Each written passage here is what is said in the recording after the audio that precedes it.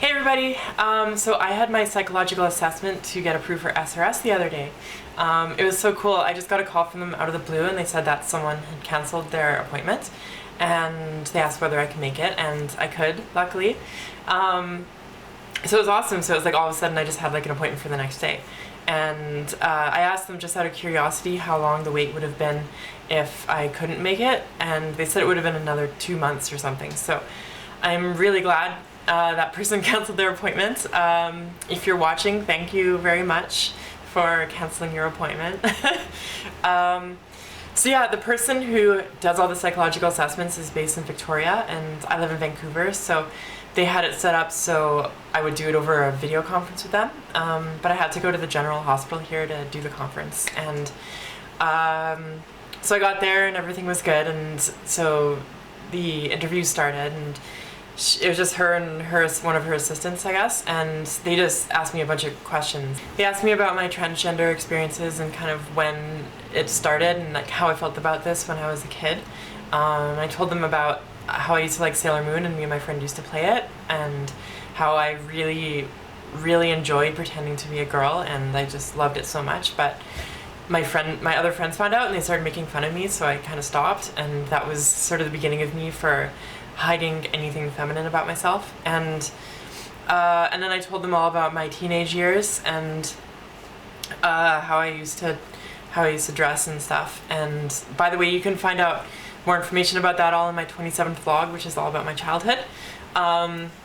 But yeah, so they just asked me those kind of questions, and they asked me how coming out to my parents went, and they asked me about my job and about how that went and whether I worked at the job when I transitioned, which I did.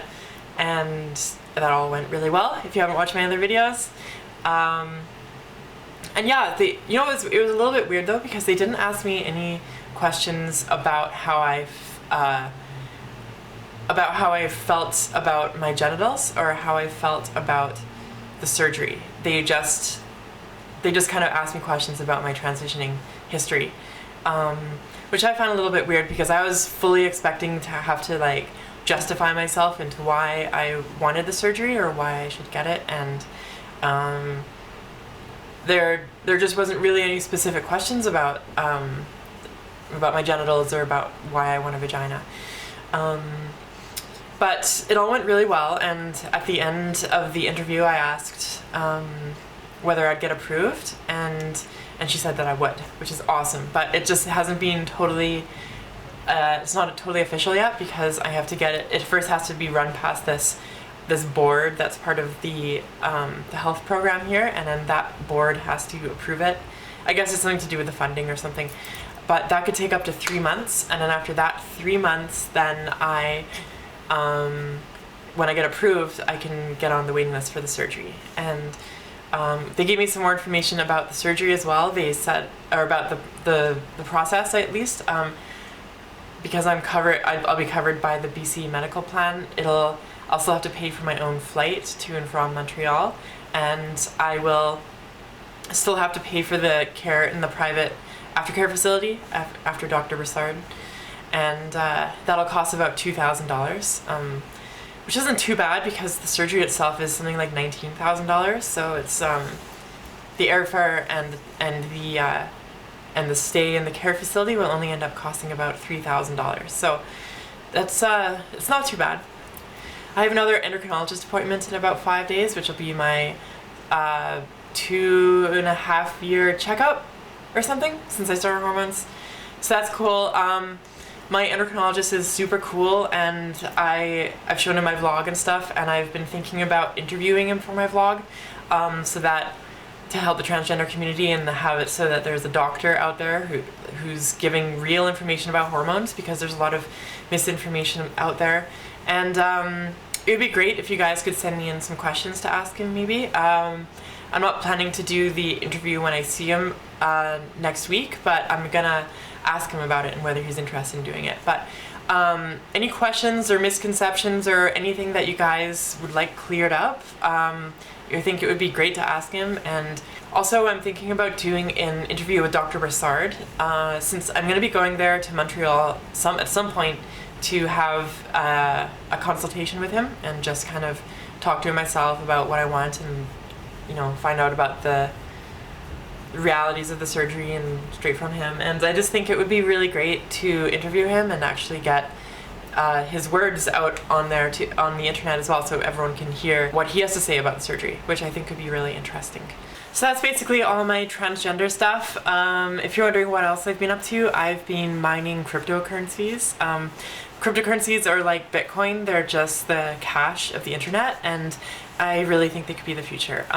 So I'm mining them, which is the most basic explanation of what mining a cryptocurrency is that you're processing the transactions or verifying the transactions for the entire network. You have to have really powerful video cards that can do these encryption algorithms, and you're given a reward in the coin that you're mining for running the system. And that's where the coins initially come from. So we've been mining all sorts of different things. One thing, for instance, is Dogecoin or Dogecoin. We lucked out and we started mining it about a week after it came out. It would have been better if we started mining a bit earlier because we would have gotten a lot more, but Dogecoin is basically, it's based on the Doge meme, and it's really fun. It has this like really big community behind it, and I really think it could take off. I really recommend you guys check it out and get some Doge coins right now because we are going to the moon with this baby. It's been working out pretty well for us. On average, we're making about $15 a day. Some days we make more, some days we make less, but we've been running the system for about a bit under 2 months now, and we've made $1,100, so that's pretty good. That's basically it. Work's been going pretty good. Oh, another cool thing actually I forgot to mention. So I told my boss that I had to go to the psychological assessment, and I said that I'd have to take some time off of work and stuff, and he was super supportive, and he said like whatever I need, and he said it's great to see me so excited about something and to see me so happy, and it was great. And he wasn't worried at all about me having to take time off or anything. He just was very supportive, so that was awesome.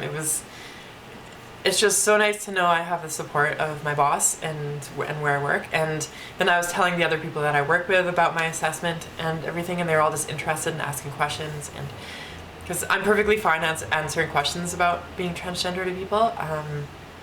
I know like there's a lot of misinformation about there, and people just don't know very much information about it. So it's great that people are interested and people are supportive and they want to learn about it. So, but yeah, that's basically me. I hope everything is going well with you guys. Sorry I haven't been doing as many videos recently. I've just been Bitcoin mining. But no, I've just been really busy, and you know, my transition has started slowing down. Like I don't have as much transgender stuff to talk about, and I feel a little bit at a loss sometimes about what to do a vlog about. So yeah, I still fully plan on doing videos. I'm gonna definitely keep doing videos until after I have my surgery. So yeah, I'm gonna be around still. Okay, well, I'll talk to you guys later. Okay, bye.